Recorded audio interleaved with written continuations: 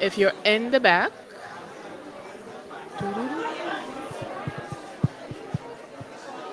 hello, hello, hello, hello. Yeah? Thank you all for coming so fast. Oh, yeah, I like this. Like you have like, in Dutch we would say like, aan een half woord genoeg. That's great. If you're in the back and you are still looking for a seat, I still see some spots in the front. But it's also an amazing space to just maybe stand around a little bit. Is everybody good? Did you bring your drinks from the other room? Did you enjoy DJ Winter? Okay. Are you ready for the opening event of Read My World? Because you know that Read My World is your favorite reader's favorite gathering, right? There's nothing like it. I mean, look at the lights, look at the audience, everybody looks spectacular. This is it. Opening night to the weekend, I think, let me speak for all of us, let me take that liberty. We all have been waiting for, right? Okay, so let me check who's in the room. Do we have fantasy folk? fantasy readers? Okay, not enough base for the fantasy readers. Thrillers? Horror? Poetry folk? Okay, okay, to stand. It's a poetry kind of evening. I get it. Okay, so I introduced myself already. I'm Simone. I'm part of the programming team. But all of this amazingness, so we have like programming and PR marketing team. We have translators, directorial squad. We have volunteers. We have, let me see, we have such a long list. Directorial volunteers, we have our board, everybody here who made this evening possible. On behalf of all of them, I would like to say welcome to this glorious, glorious event. Who was at our preview event, April 3rd? I feel like you can be like a little louder because you are the real deal. Not to say that the rest isn't the real deal, but let me pull that back. Too late. Who said too late?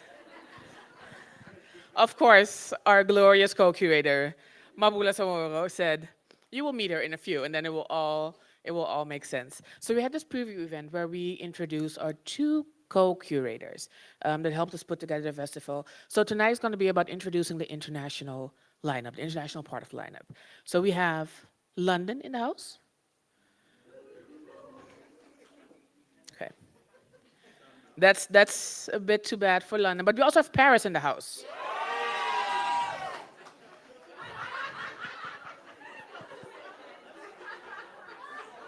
I think we can make this a judgment-free zone.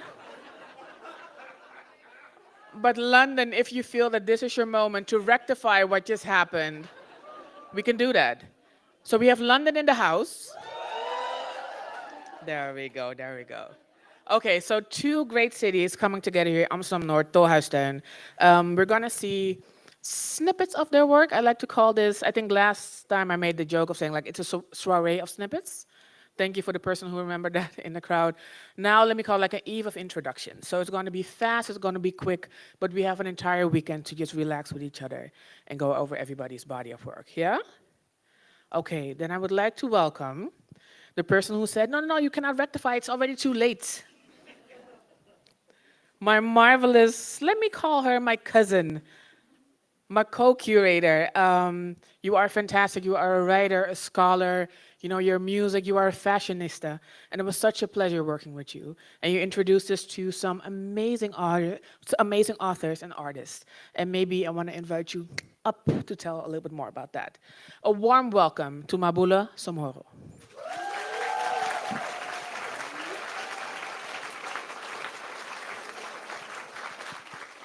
I mean, look at the glitter, look at the whole vibe. So you already know that the meetings were fantastic as ever. Very demure. Very demure. Very mindful. Paris is in the house. Paris is in the house. Yes, it is.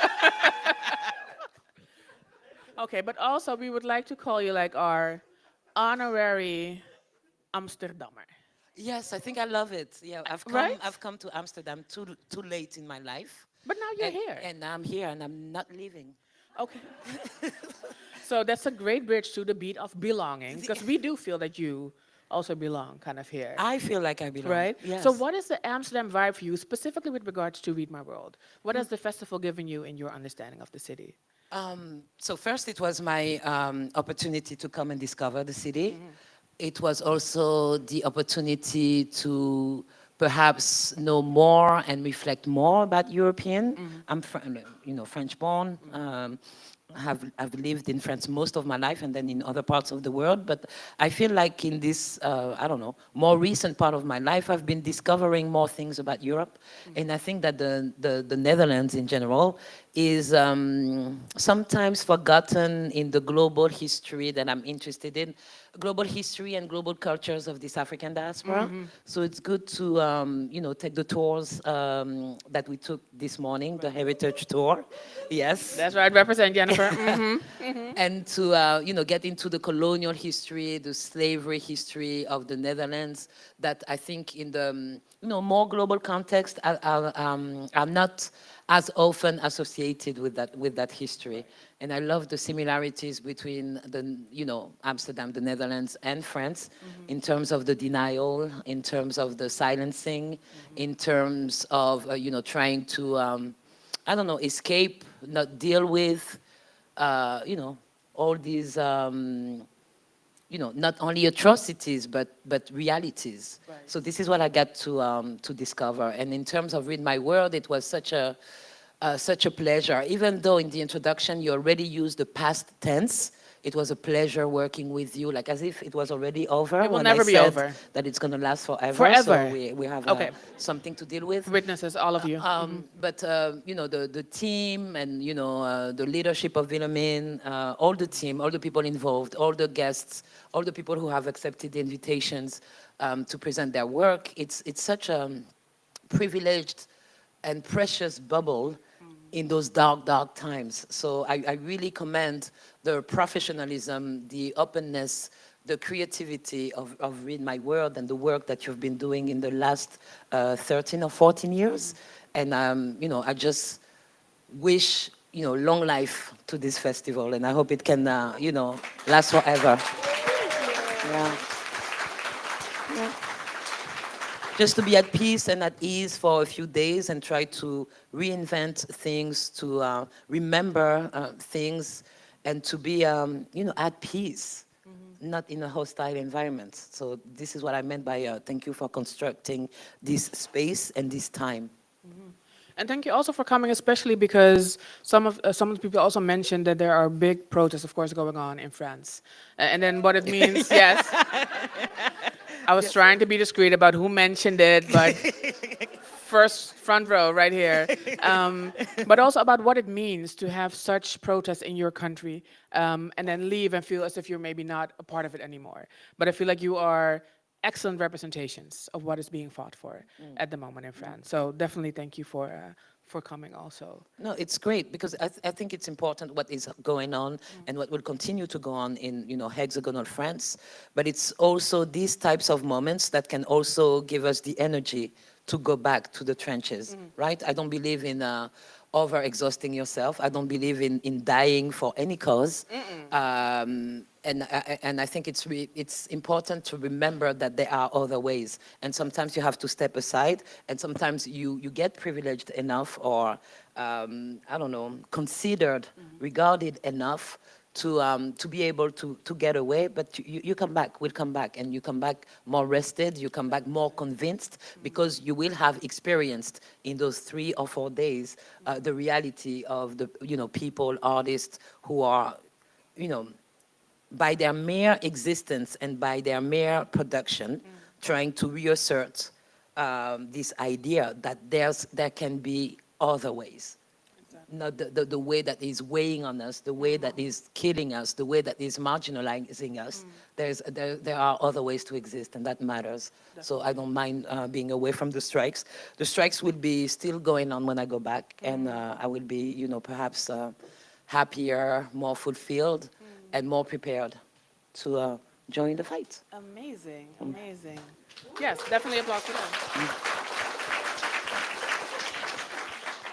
Before I ask you to briefly introduce the artist that you suggested also to us, you mentioned the term hexagonal France. Yes. Hexagonal Paris, sorry. No, hexagonal France. Hexagonal France, yes. You wrote a gorgeous, gorgeous book about it. And I'm saying that to shout out the people of the book market. So as you're strolling around, going from program to program, also be sure to check out the different book stands here. And you have a book in there. Could you tell us something about it? I would like to get it, but the construction also that I made, by the way. So let me not blame nobody, but I'm afraid the lamp is going to fall. But there's a book here. Could you tell us something about it? Because you wrote it. Yes. So the title of the book is Black is the Journey, African and the Name. I think I was very inspired in this long title by the work of the artist, African-American artist Arthur Jaffa. I had in mind love is the message is death. So I was trying to play with these types of formulations. So Black is the Journey, African and the Name has an original title in French, which is Le Triangle et l'Hexagone, the triangle and the hexagon. And it really offers a very personal reflection on my own trajectory.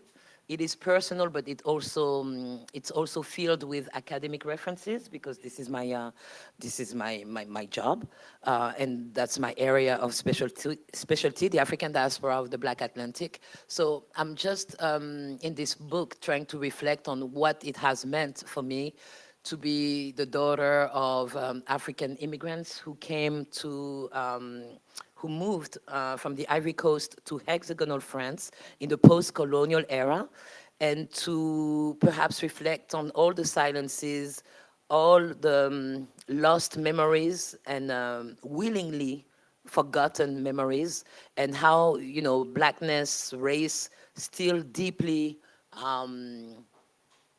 I don't know, find themselves at the very basis of this French Republic that has understood itself, beginning in 1958, so very recently actually, as a colorblind country.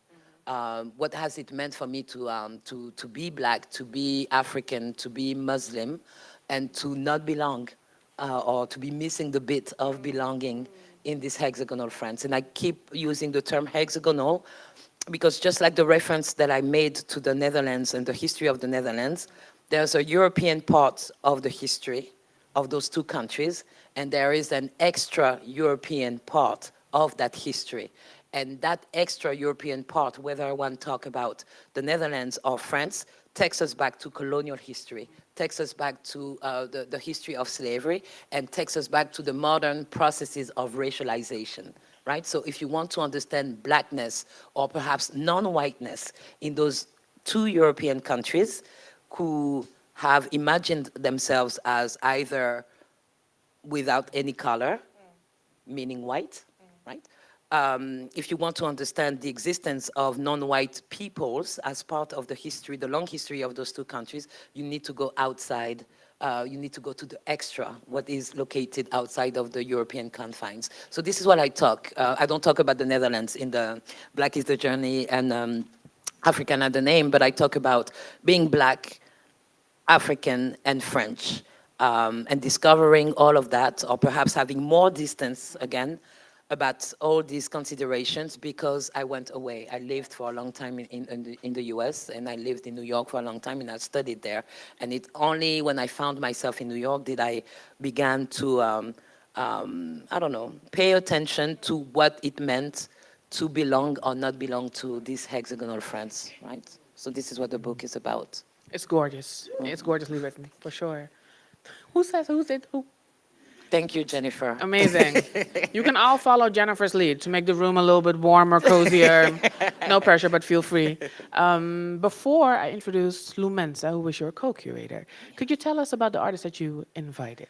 Okay, so I'm so happy that all the artists that I had in mind accepted the invitation. And I also need to take a moment to thank Grace Lee, who is also a writer, a friend, an activist, and a colleague who works closely with one of the guests that I will introduce in a second, who highly recommended that I accepted, read my words, invitation. She said, I went to the festival, they invited me, it was great, you need to go, I gave them your contact info, right? So thank you, Grace Lee, for doing that. So for this year, I wanted to invite writers. I mean, two of them are writers, so by the name of Sinabou Sonko and Bala Fofana. Sorry, I don't know why I'm stuttering. I'm moved, perhaps, because I had read their books. Both their books were published either in 2022, yeah, 2022, 23, okay, 23, and 2022, but very, very recently. And I was simply touched by their, you know, their style to begin with, their writing style, by the stories that they, you know, putting forth, in that they, in my view, tackled the French experience in a way that was novel to me. So both of them are a bit younger than I am, but I felt that I found both of them so free and so, I don't know, devoid of some of the questions, some of the, considerations that might have been part of my generations of thinkers or writers and artists. So I loved tackling of, mental health issues that Sinabu deals with in her novel Jin, because I felt that oftentimes for, negatively racialized populations, it seems that their entire identity is restricted from the outside to their non-whiteness. So it's like you're just black, or you're just, I don't know, Arab, or you're just Muslim, or you're just Asian, and that's all there is. And it is most of the time because racism is about erasure, and the erasure of the individuality, and every subject being the, I don't know, ambassador of an entire group, right? So to get into the issue, or to deal with issues related to mental health, allowed for a more intricate, more interesting, more, I don't know, creative, more truthful approach to those, negatively racialized subjects. So this is what I liked in the writing of Senabu. When it comes to Bala Fofana, I loved his autobiography, can I say it is an autobiography, that introduced a nuance in the stories related to post-colonial immigration and issues of the what we call the banlieue, the suburbs, that is to say the underprivileged territories outside of big cities. Like this is how economically and socially the geography of hexagonal France unfolds. You have city centers, and then you have what happens outside of the city. And what happens outside of the city, in Paris for that matter, is where post-colonial migrants have settled. Poor populations tend to live. You have wealthy suburbs, but usually when you use the term suburb in hexagonal France as a label, we're talking about the poor suburbs, right? And so there is a whole, I don't know, field of literature, of cinema, of political discourse about those suburbs, coming from outside, also coming from within. And what I liked when I said the nuance that Bala introduced in his autobiography is that he had the introduction of a new character, that is to say somebody who was born in hexagonal France, and then at a very young age, I believe around 2, went back to the Mali, West Africa, of his parents, grew up there until 6 years old, and then came back to France, right? And because of that trajectory that is not often spoken about, he found himself not only as, black man, African man, migrant himself, son of migrant himself, living in the suburb and having a trajectory slightly different from people like me who were born in Paris, France, right? So even from within the margins, he could find himself occupying the position of the marginalized, of the other, even from his own community. What does it mean for somebody of color not to be French-born and to be equated with what has been constructed as the negative image of what we call le blédard, that is to say somebody who comes from backward homes, the homes of origins of the parents. Right. And it's that figure of the foreigner is different from the figure of the suburban, right? So this is what I loved, and the story is. I'm not going to spoil unless you want me to, no. But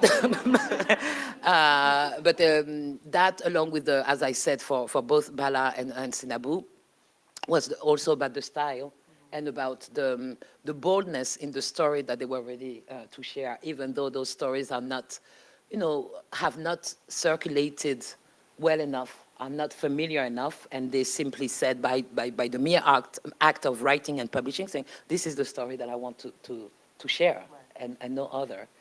And then the last person that not the last person that I invited, but the last person that I'm going to mention is Rokhaya Diallo, who's first and foremost a friend, and somebody I highly regard, somebody who's such a, I don't know, such a mind, such a militant, such a fashionista, and so brave and bold. I don't know how she do it.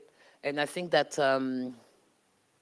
She's been here long enough now, and people don't realize, and what she has achieved also in the psyche of I mean, I would say the national psyche of France, right?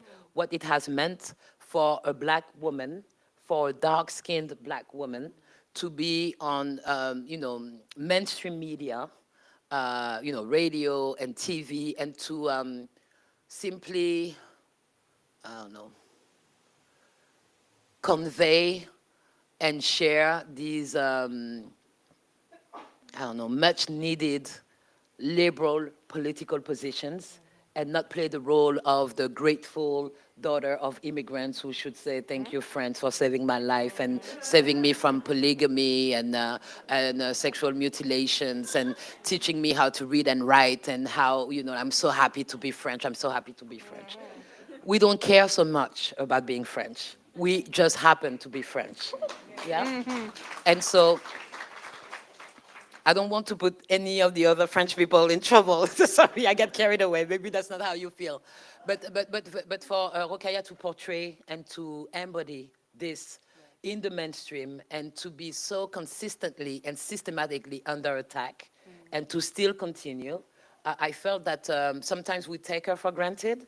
So I just wanted to give her flowers, and I was like, let's go to Amsterdam and have a good weekend. Perfect. Okay, then you and I are gonna step off carefully, and you're gonna see a video of our second co-curator, who's Lou Mensah, who is a photographer, a thinker, also a scholar, and who initiated Shade Podcast. Anyone familiar with Shade Podcast? You are missing out. It is amazing. All your art reflections and criticism and just gorgeousness is up there. And she did the London part of the program. She is not here in person, but she's here in spirit, here in vibes, and we're gonna see a video of her. You ready? Okay, let me try to not fall. Excited about that. And then be back in a sec.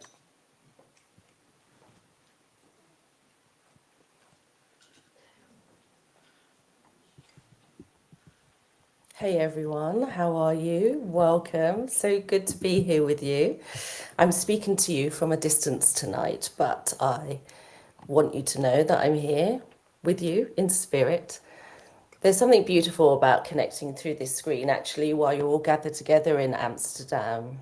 This distributed presence actually feels perfect for what this festival is about, exploring how we connect beyond traditional boundaries. And when I began planning this year's festival with Maboula and the amazing Read My World team, I kept returning to this question, which was, how do we communicate through frequencies that exist beyond words? Well, as a sensory-led creative and a neurodivergent individual, I'm fascinated by the layers of communication happening simultaneously. You know, how people often say one thing but mean another thing, and how things actually are or may be in relation to how they appear. So I've been thinking a lot about that in the process of curating this festival. And so when it came to selecting artists to be my guests, I wanted them to be artists who understand that every gesture, every pause, every breath carries profound meaning.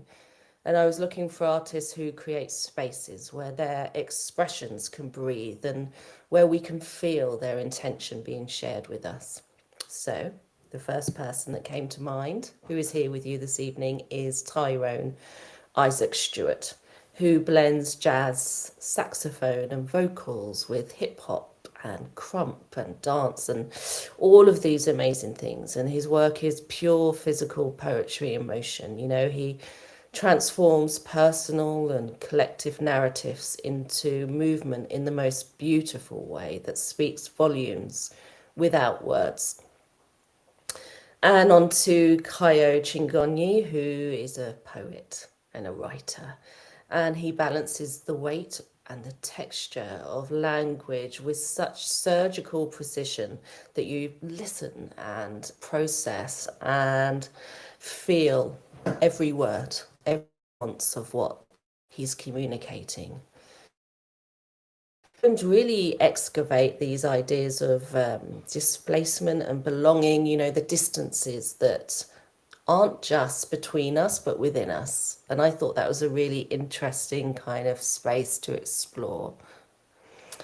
And Nwando Ebize is a composer, DJ, artist, and dancer, dreamer, who works at the intersection of neuroscience and immersive experience, creating these living, breathing ecosystems that kind of really embrace us, but at the same time challenging how we navigate communication in all its forms. So the theme of this year's festival is the beat of belonging. And it feels really personal to me. You know, it's about recognizing that we all have rhythms, these internal frequencies that guide how we move through the world and how we connect with ourselves and each other. So this festival is about creating a space where those rhythms can be heard, felt, and honored without having to be explained or justified. So, to all of you gathered tonight, I invite you to receive, to go with the beat of things, to tune into the frequencies, to listen and to share with your entire hearts. Thank you for being here. Let's begin.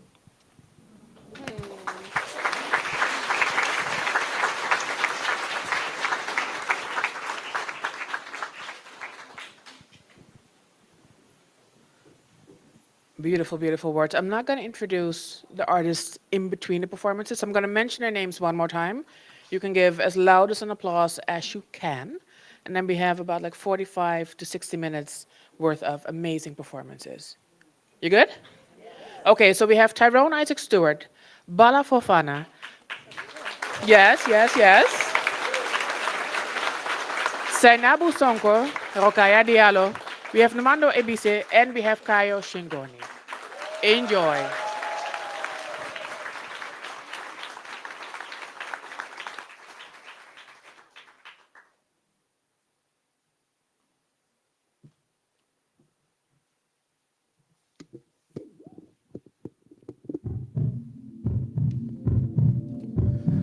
Dashes the ashes on grains of sand.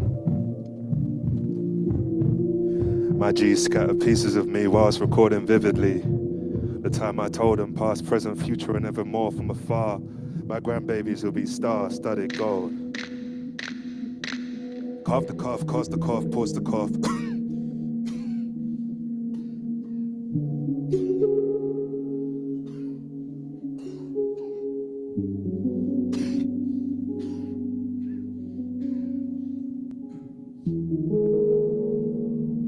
Tiptoes posed. Freeze.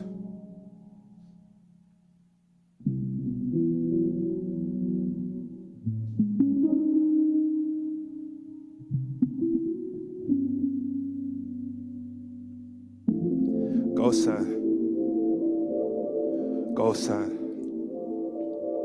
Clotted dreams smothered in sea cream. We'll see sea waves go and cover a bay. Go forget the waves. Get the brain.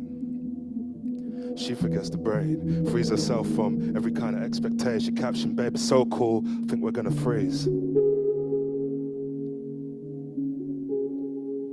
Snapshots of golden life until she had a son. Bear watch barefoot, she was sure to rebel from drowning.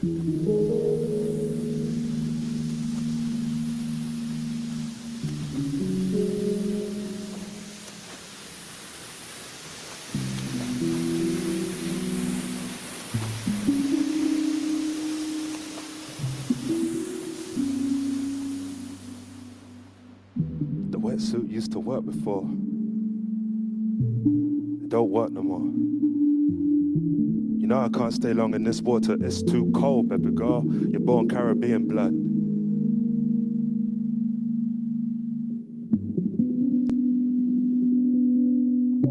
Question, will the waves scream every grain of sand? Will the waves scream Every grain of sand, trickle through a mainstream and surround the island. Sand under sea, suffocate, seasick tales, sail through head shells, wait.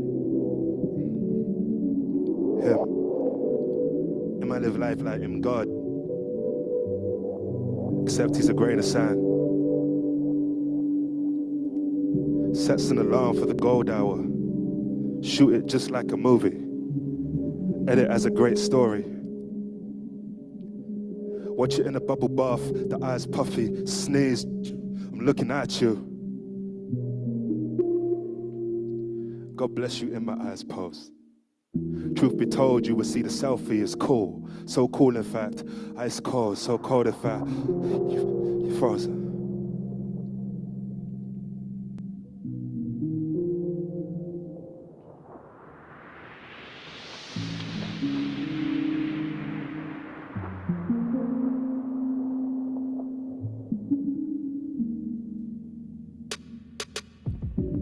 Ghost sand. Ghost sand.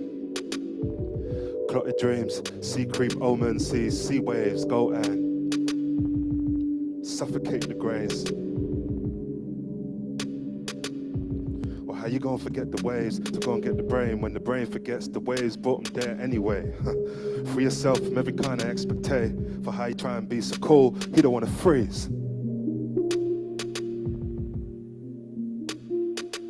Crash, golden life, abandoned. Baywatch Bay thought he was sure to rebel from drowning.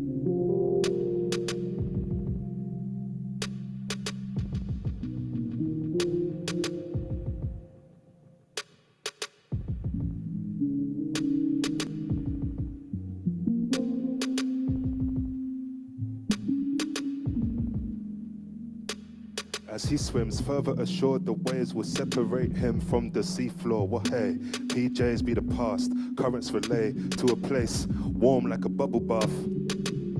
His best suit, no longer be a wetsuit. 3-point shoot, dunk in swimming trunks, beach ball. Beach ball. Here he'll see others naked, bathing in Dead Sea. Others cruise on colorful jet skis. Others tanning with no sun covers. Son of sea lovers. Son of sea lovers. Son, sea lovers. Son of sea lovers. Son of sea lovers. Son of sea lovers. Son of sea. Son.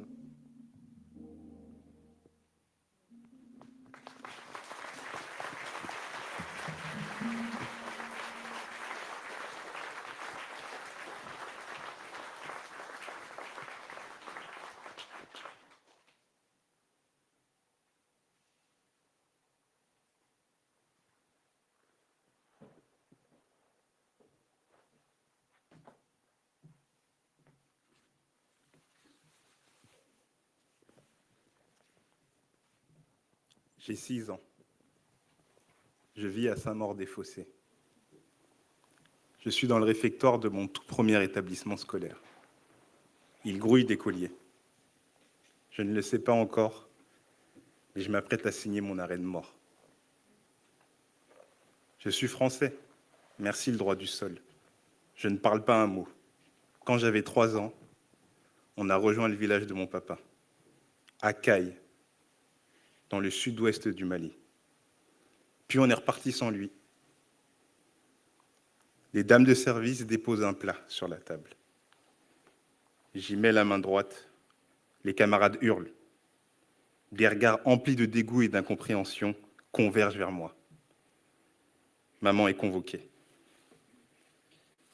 Les enseignants nous disent beaucoup de choses. Elle ne comprend pas tout. Moi non plus. Depuis cette convocation, je ne vais plus dans ma classe d'avant. Je passe mes journées chez le psychologue et chez l'orthophoniste. Il s'étonne de mon attachement à rouler les R et de mon afro sur la langue. Je m'applique. Maman me parle de la chance que j'ai d'être scolarisée. Mon grand-père l'a retirée de l'école trop tôt, alors qu'elle aimait ça. Elle n'avait pas le choix. Il fallait travailler dans les champs. J'ai 8 ans. Je vis à Créteil. Je tutoie la langue de Molière. Mais je suis en retard. On m'intègre dans une classe appelée perfectionnement. 12 euphémismes. Je suis dans la cour des miracles. Éric a fui la guerre. Florian Manché crotte de nez. Ondine tabasse Yann pour qu'il veuille bien l'aimer. Et je crois que Thierry est handicapé. Dans la cour, on est les perfs, les gogoles. Personne ne veut jouer avec nous. Ma mère accuse le coup. D'abord le psychologue, puis cette classe. À la fin des cours, je me débrouille pour rejoindre maman et mes petits frères normaux. Elle refuse de venir me chercher. Ça fait mal, Bala. Elle a besoin d'être rassurée. Son fils n'est pas débile. J'ai 10 ans. Je vis à Orly. Grâce à Didier, j'aime Brassens. Didier, c'est notre professeur de perfectionnement à l'école élémentaire Paul-et-Loire. Avant la fin de chaque journée, Didier nous lit un bouquin. Didier raconte avec passion la gloire de mon père. J'ai l'impression que les souvenirs d'enfance de Marcel Pagnol se déroulent devant mes yeux. Je me sens bien. J'ai des bonnes notes, mais ça ne vaut rien. Je suis un perf. Mes frères me le rappellent souvent. Ma classe est divisée en 3 niveaux. Faible, moyen, fort. Pour soulager Monsieur Dole, j'aide le groupe des faibles. Je suis content de les aider. Je me sens utile pour une fois. On part en classe de neige. Monsieur Dole a réussi à m'inoculer le virus de la lecture et de l'écriture. Ce n'est pas évident. Il n'y a pas de livre à la maison. Personne ne lit. Pendant le voyage, j'écris un conte sur une princesse maltraitée par sa marâtre et délivrée par un prince charmant. Didier lit mon histoire et reste quoi? Il lève la main en me regardant et je ferme les yeux. J'ai peur qu'il m'en colle une. Finalement, il pose sa main sur mon épaule et me regarde avec fierté. Il me fait lire le conte devant la classe et le directeur venu nous rendre visite. On m'applaudit. Le directeur et Didier sont les adultes, mais ce sont eux qui ont les yeux rouges à la fin du conte. À notre retour, je passe ma matinée en perf et l'après-midi en CM1. Dans la foulée, j'intègre une classe de CM2 normale. Fini la mauvaise réputation. Je ne suis plus fou. Maman respire. Des perles de soulagement cajolent ses joues. Puis j'ai mon brevet, mon bac, ma licence, mon master.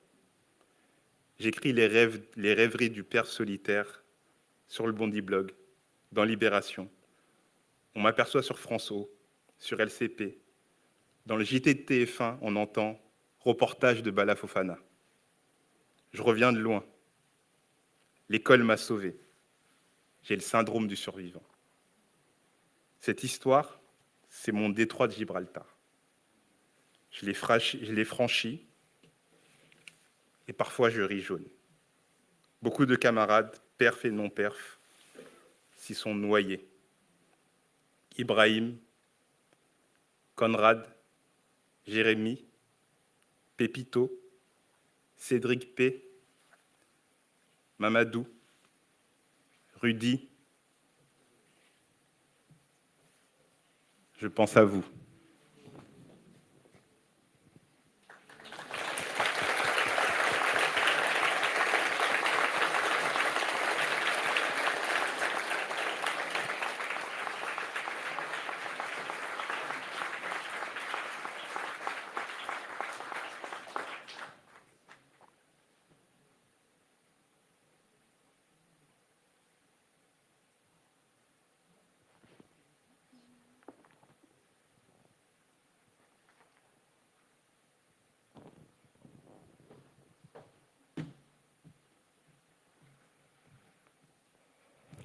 Hi, everybody.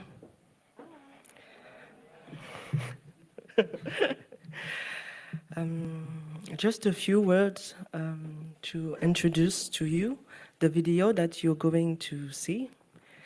It's a video that I co-write this year during my residency in Italy at the Villa Médicis.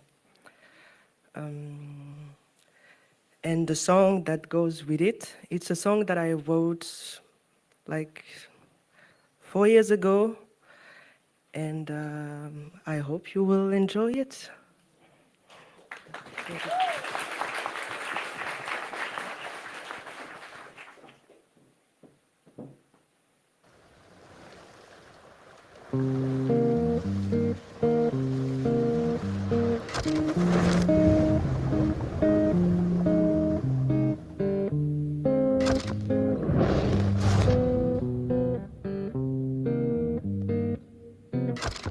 Entre celle que tu voudrais que je sois et celle que je suis, il y a comme un écart, un gouffre, un monde, est-ce que t'as compris? À trop vouloir te plaire, je suis perdu. Beaucoup trop de malentendus. Pourtant j'ai essayé de coller à tes critères de sexe. J'ai fait la sourde oreille quand tu me comparais à tes ex sans cesse. J'ai même accepté qu'on devienne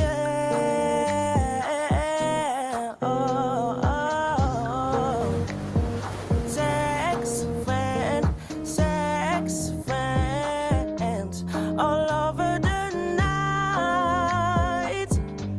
You got me right now, but I want more. Sex friends all over the night. You got me right now. All over the night, all over the night. All over the night, all over the night. Ce n'est pas un secret, ça fait trop longtemps que ça dure. Je peux plus me passer de toi, Caroline, tu assures. Et même si je fais la meuf qui se fout de tout, il ne se passe pas un jour où je pense pas à nous. Ou sous la douche, je repense à ta bouche qui me touche comme ça. Parfois, je me tourne, tes mains sur mon cou et ta tête en bas. Sex friends, all over the night. You got me right now, but I want more. Sex friends, all over the night. You got me right now.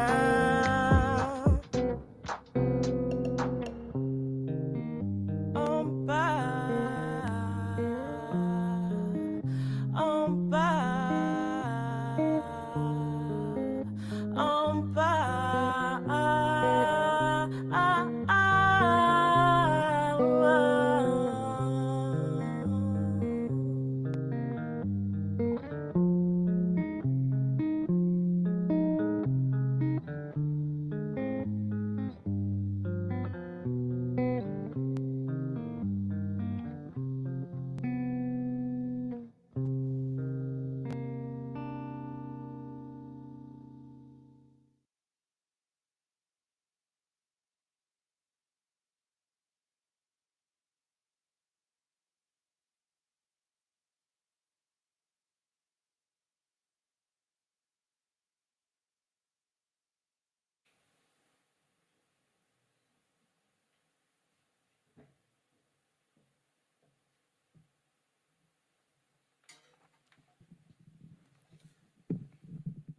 Good evening. Good evening. Thank you. So, 6 months ago, I published a book, a dictionary on feminism. It's about 200 words, and I decided to pick 3 of them that, to me, echo the idea of belonging that is the topic of the Read My Word Festival this year. So the first word is A, comme adelphité.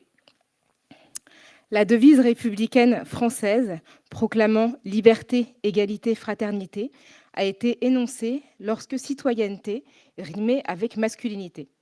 Les citoyens étaient frères et blancs. Tant pis pour les sœurs et les autres. La politologue et directrice de recherche Réjeanne Sénac questionne justement la fraternité républicaine, dont les usages historiques ont exclu les femmes et tous les autres de la sphère politique et publique. Si le terme de sororité apparaît comme une compensation féminine, celui d'adelphité traduit davantage l'idée d'une solidarité universelle, englobant tous les genres.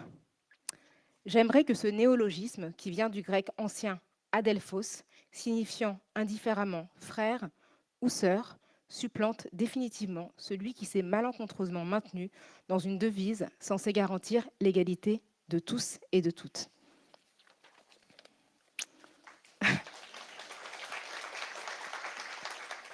Merci. Donc F comme famille. La famille est souvent la source de la plupart des traumatismes qui auront la gentillesse de nous accompagner tout au long de notre vie.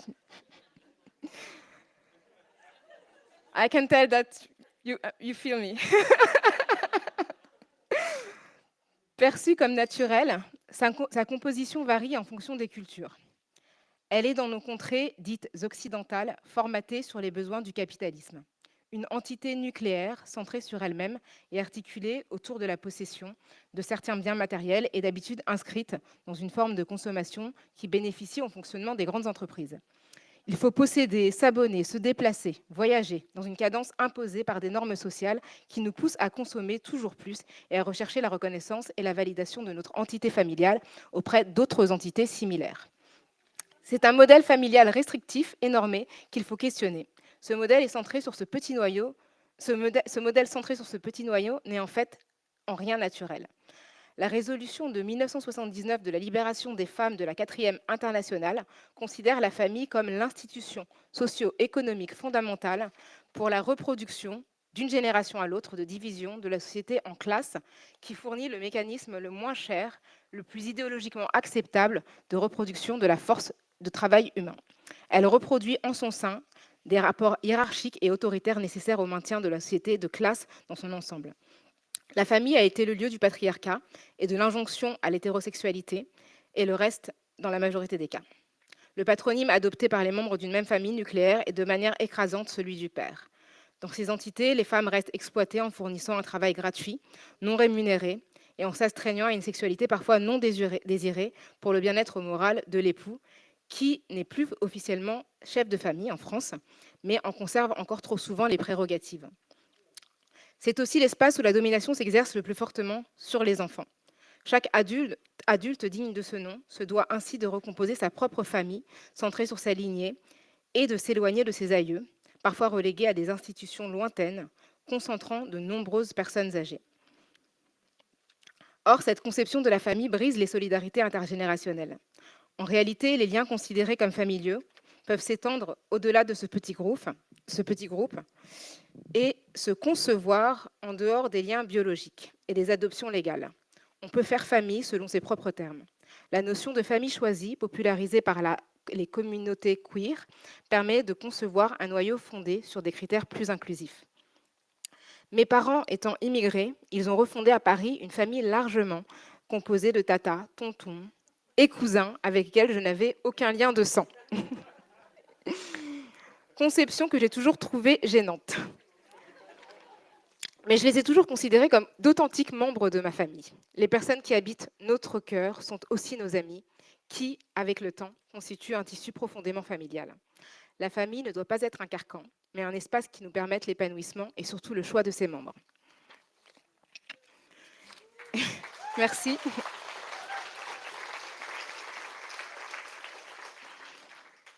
Et pour terminer, dans la même ligne, to finish in the same vibe, I pick the word best friend, féminine, meilleure amie au féminin, M comme meilleure amie. Dans l'échelle des relations, l'amitié est souvent placée au plus bas, loin derrière l'amour romantique avec un grand A et les liens familiaux. Les relations amicales seraient des accessoires possiblement superficiels. Pourtant, quoi de plus solide qu'une relation choisie ? Quand les relations amoureuses se montrent trop souvent éphémères et que les liens familiaux imposés par la génétique peuvent s'avérer houleux, combien d'amitiés s'étendent sur des décennies ?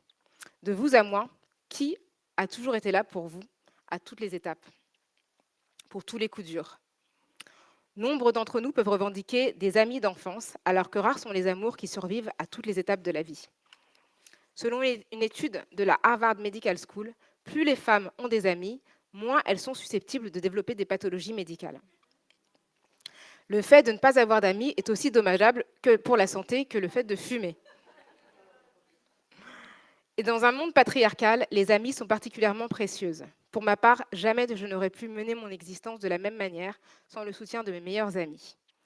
Elles représentent une forme de constance dans mon quotidien, dont la place est unique. Je regrette que notre société ne valorise pas l'amitié à sa juste mesure.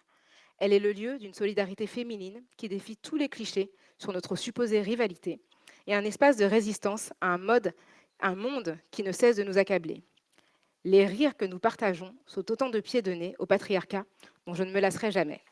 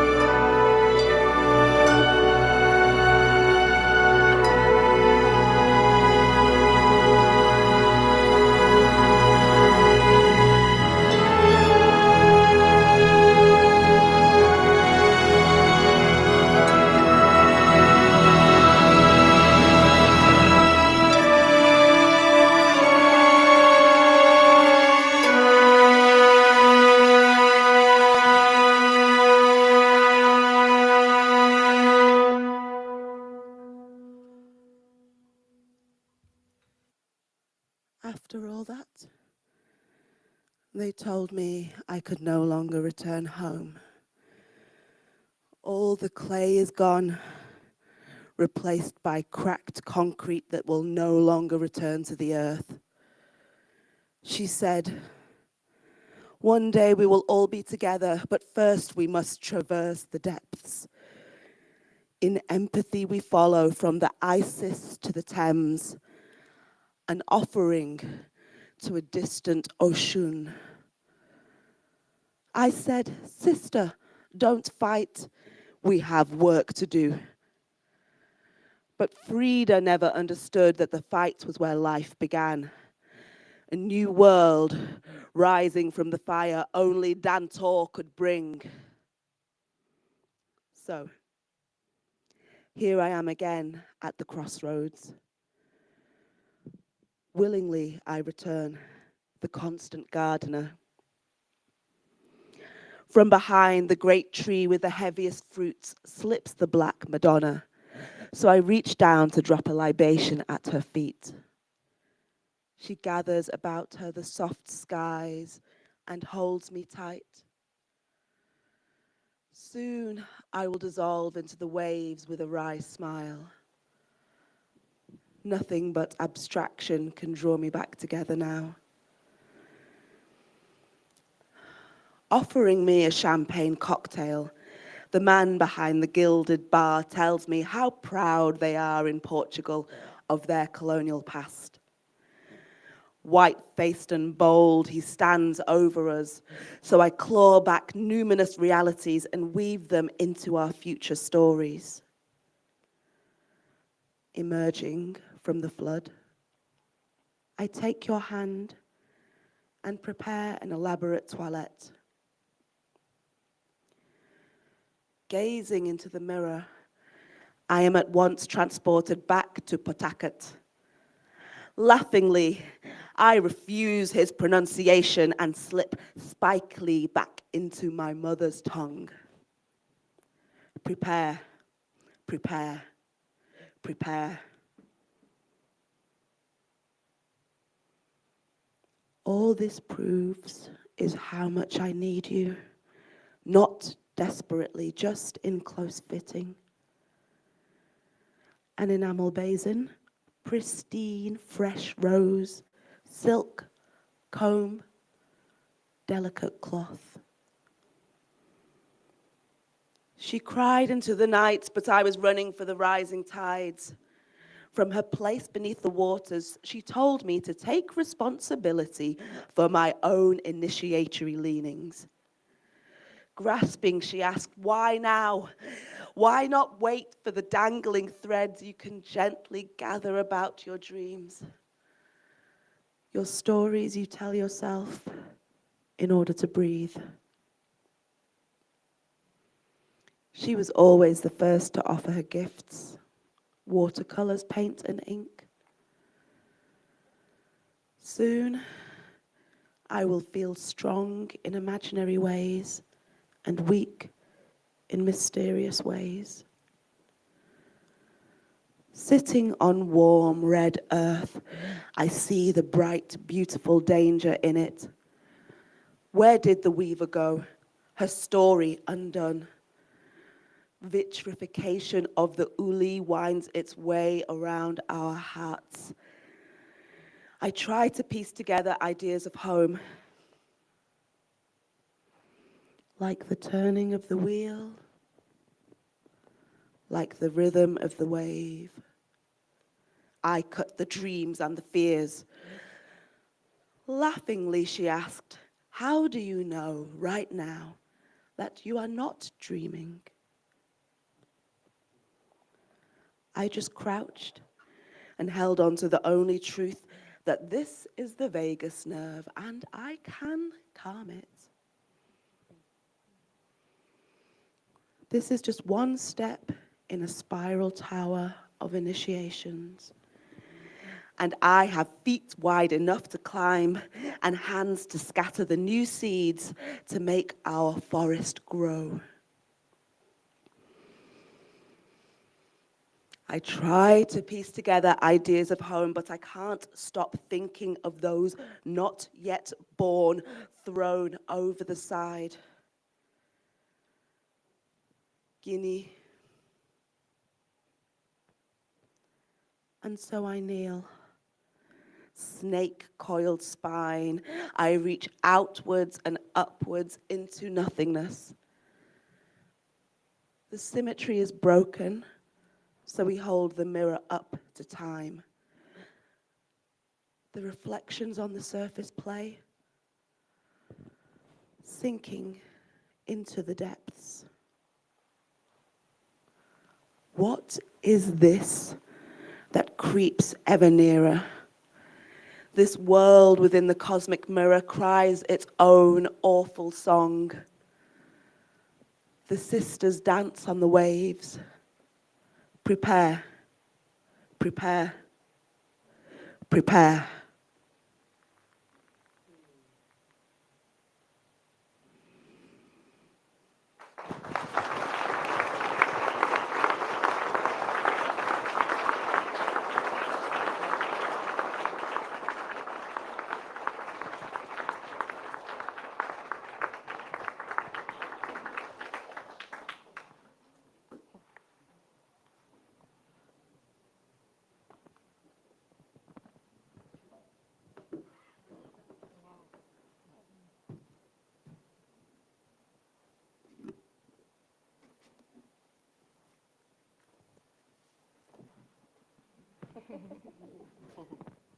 I could tell you where I got my shoes, but it'll cost you a leg.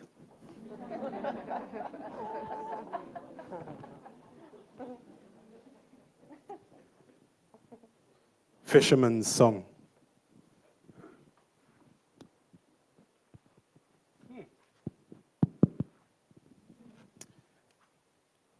What sadness for a fisherman who navigates the blue, to find among receding nets strange underwater blooms that look at first like bladderwrack, but from a closer view are clumps of matted human hair atop an acrid soup. And what song shall this fisherman, who loves a jaunty tune, sing to lullaby his children, when dark shapes in their room make the night a snarling monster only Father's voice can soothe? And who will soothe the fisherman who navigates the blue?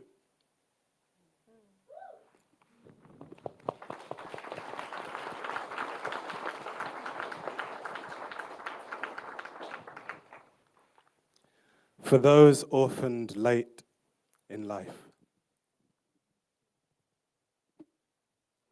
what if the wind blowing through the French doors of your childhood is the house's way of saying goodbye?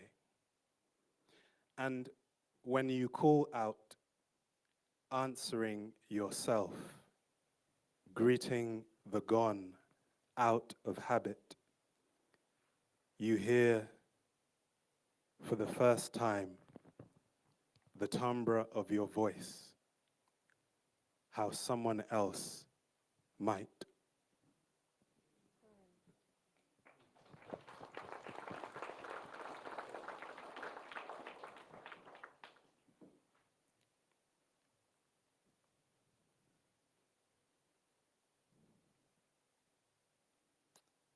Broom Hall. In light of what my aunt calls the Arabic texture of my hair, I'm Abdi, outside the only shop selling tamarind balls, Irish moss, super malt in decent quantities. It is not enough to say I miss the smell of cassava roasted over open coals, expeditions in want of tilapia, capenta, assorted meats of questionable provenance. How much, auntie? Barter and bluff and rough hands of stall holders glazed to a deep blue shameless blackness that is consigned now to another life. Before this one, of middle-class white boys in reggae bands who love roots and culture as if their love is enough to know the code that some of us live and die by.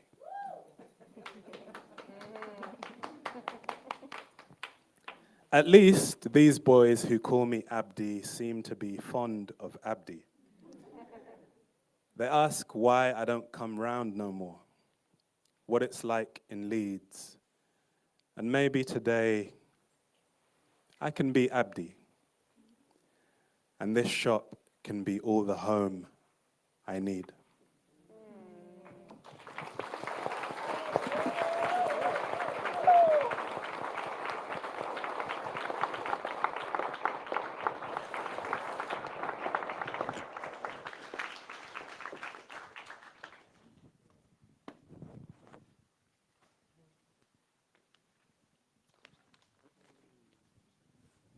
That's an impressive list, no?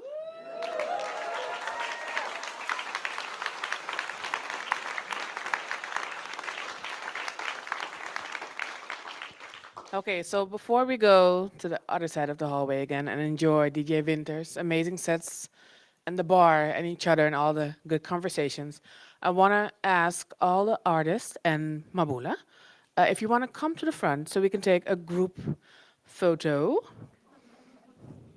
I'm so sorry, Kayo. I should have. As you got off stage. Okay, so you don't have to climb up here again. Maybe we can stand in the front.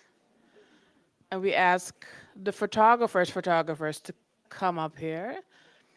But also you. So, social media, I think we are conflicted. We want to be on it, but also not. But everybody has a group chat at least, right? I mean, look at this. Look at this. Look at this. Right? You got the Read My World logo info up there as well.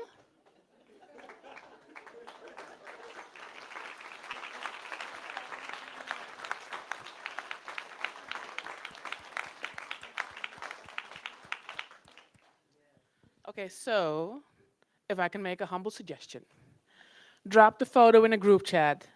Tell all your people, I don't know what you're doing this weekend, but one of you has to come with me to the Tolhuistuin. Yeah? And then we see you tomorrow, we see you the day after, but mostly we see you on the other side of the hallway. There's going to be a list of sponsors and funds making it possible for us to be here tonight as well. Many thanks to everybody. Shout out to the technical team and the entire Read My World squad.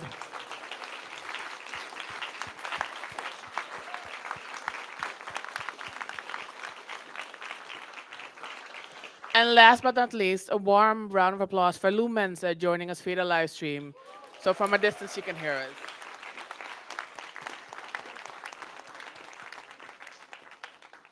It is, as we say, a wrap. Enjoy. Have a nice evening.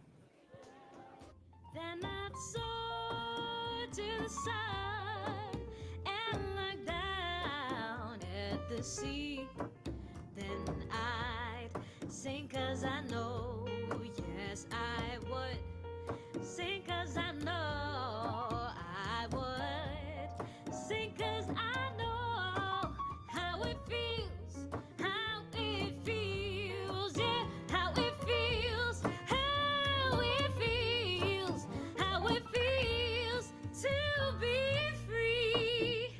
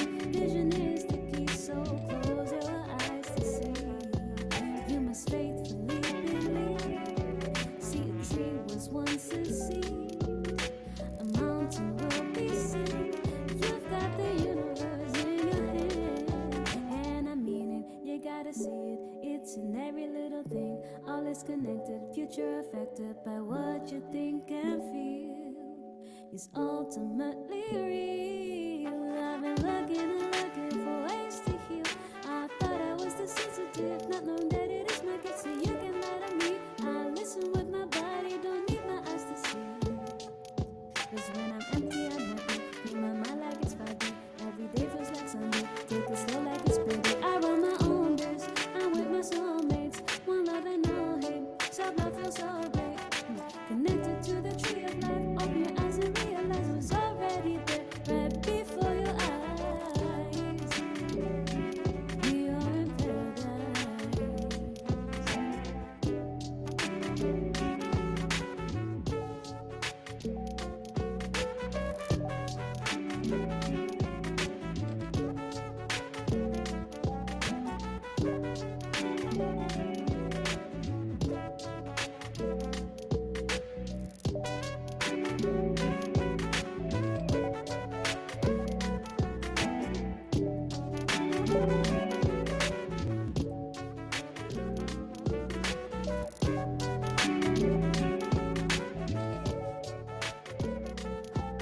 I love being alone, it doesn't make me lonely. I just have more fun when I am the only, when I am the one, when I'm the only one in the room, smoke in the room. You may come and join me in my sacred space. We smoke the finest kind, we clear calm our minds. We have no sense of time, we practice love and kindness. Need no telephones, no. Unless it's no names, old and it's okay. Forget your money, we live of honey. We keep it busy, love is the business. We live it easy, nature's calling.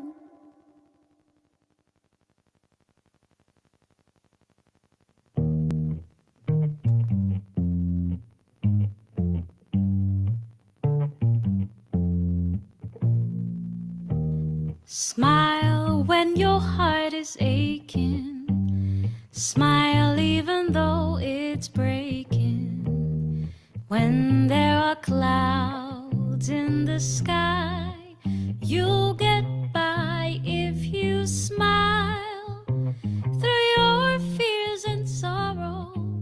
Smile and maybe tomorrow you'll see the sun come shining through. Just for you, light up your face with gladness. Hide every trace of sadness. Although a tear may be ever so near, now that's the time. You must keep on trying. Smile, what's the use of crying? You'll see that life is still worthwhile if you just smile.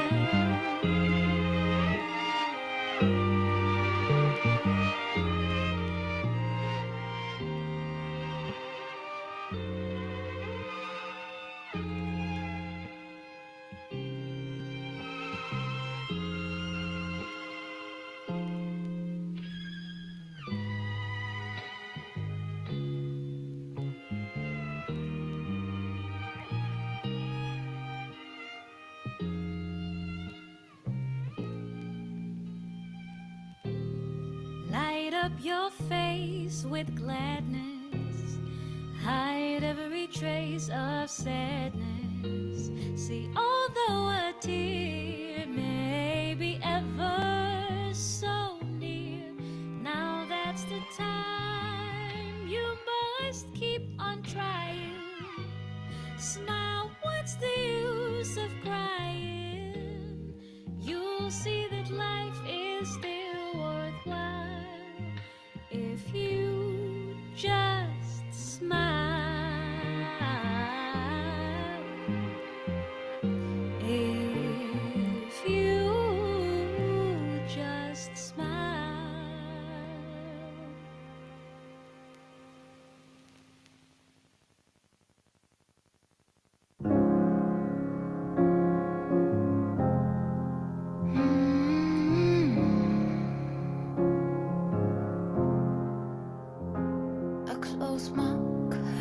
times.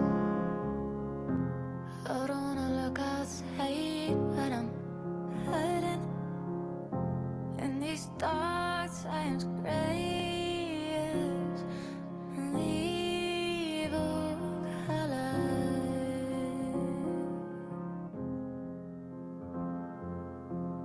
Blurry. I can't tell you how happy you make me. In these dark times you make grayer, pretty color. You make me teeth and you look at me. Run a path and put me to bed. Not for a second do I feel like a child. I am a woman, do you, no matter how wild it gets. How wild it gets. I avoid my mirror. I don't wanna see myself when I've cried rivers. In these dark times you like to swim my waters. Ooh. You make me teeth and you look at me. Run a bath and put me to bed. Not for a second do I feel like a child. I am a woman, do you, no matter how hard it gets. You pay good kisses to taste the salt my skin never misses. Wipe on my way as you pull me way closer. You never make me feel bad when I feel really fucking sad. When I can't help not helping me. You make me think that you look at me. Run a bath and put me to bed. Not for a second do I feel like a child. I am a woman, do you, no matter how wild it gets. How wild it gets. How wild it gets.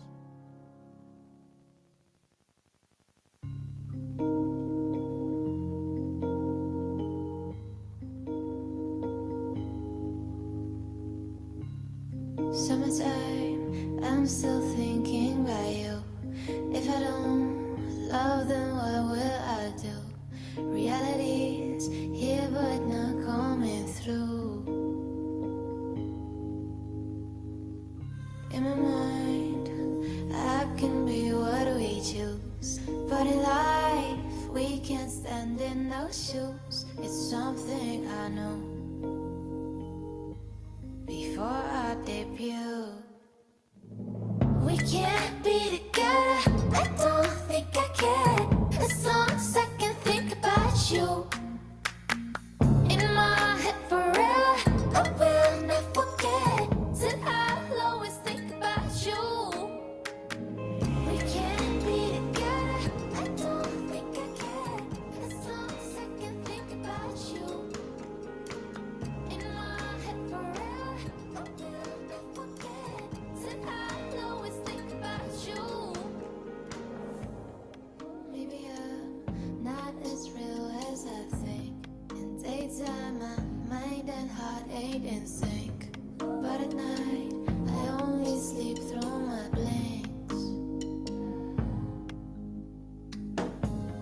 Struggling to know what's going on. Overthinking, I hope that is my song. 'Cause if it is, I could play out the wrongs. We can't be together, I don't think I can. As long as I can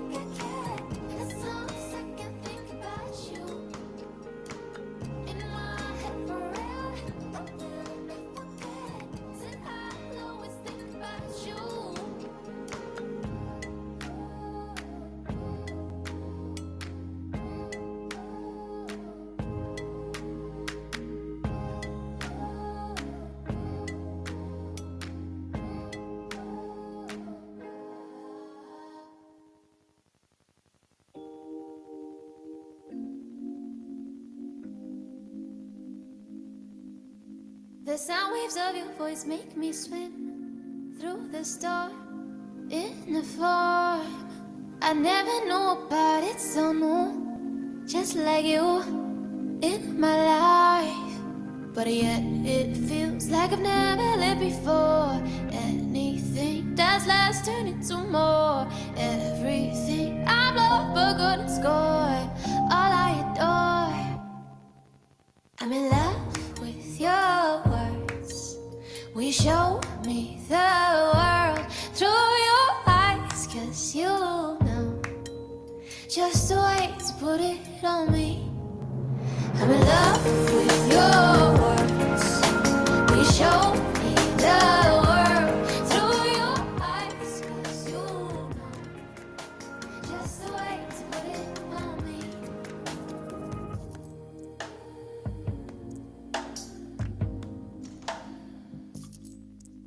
The way you track the road got my feet running fast with no despair. 'Cause you make me believe it could one day be me over there. But yet it feels like I've never lived before. Anything that's less turned into more. Everything I've loved but couldn't score. All I adore. I'm in love with your words. We show me the world through your eyes, 'cause you know just the way to put it on me. I'm in love with your words. We show me the world through your eyes, 'cause you know just the way to put it on me. I'm in love with your words. We show me the world through your eyes, 'cause you know just the way to put it on me. Just the way to put it on me.